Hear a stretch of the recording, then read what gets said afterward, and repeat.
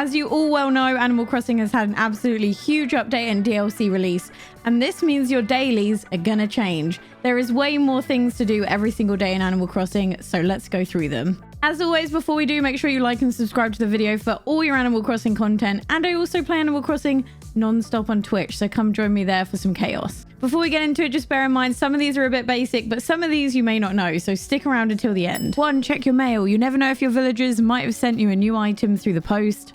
Unless it's Limburg. Don't even look at him.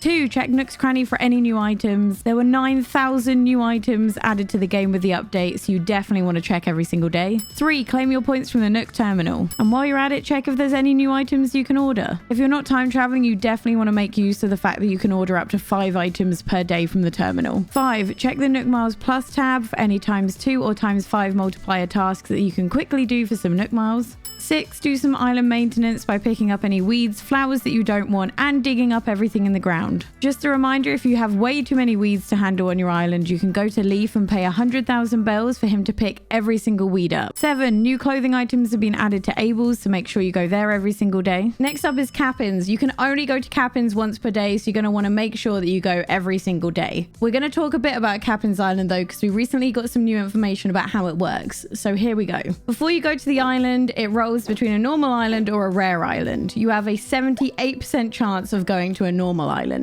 These islands include the very basic island, which is basically like a Nook Miles island, the vegetable island, the vine and moss island, and also the gyroid island, which I haven't actually seen at the moment. But apparently it's rain and filled with gyroids. The rare islands include seasonal islands and also the Star Fragment Island. Now, the thing about the seasonal islands is it will only show you seasons which you have been through. So if you just restarted your island like I have and you're currently in autumn, this means you will not get the winter, spring, or summer islands show up. So either you can time travel to unlock them, or you can do what I'm going to do, which is wait and give yourself a surprise when you get there. Every Kapp'n Island will have a minimum of 1 DIY and 1 gyroid fragment to pick up.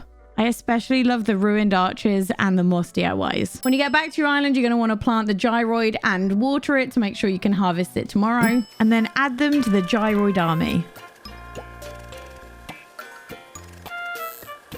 Look at my army!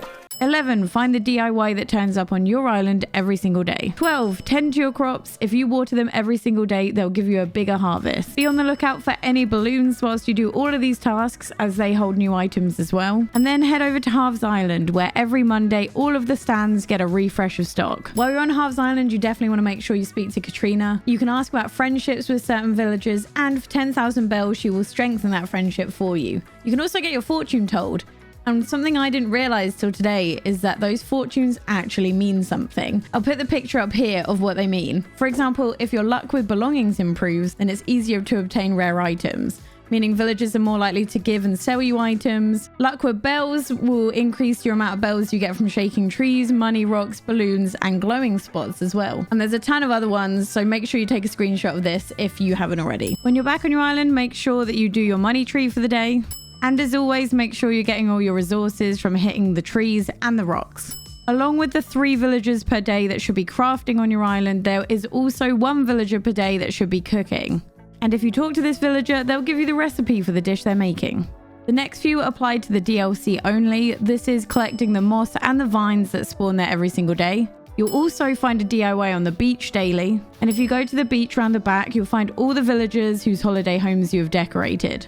If you speak to them, they might even give you a present.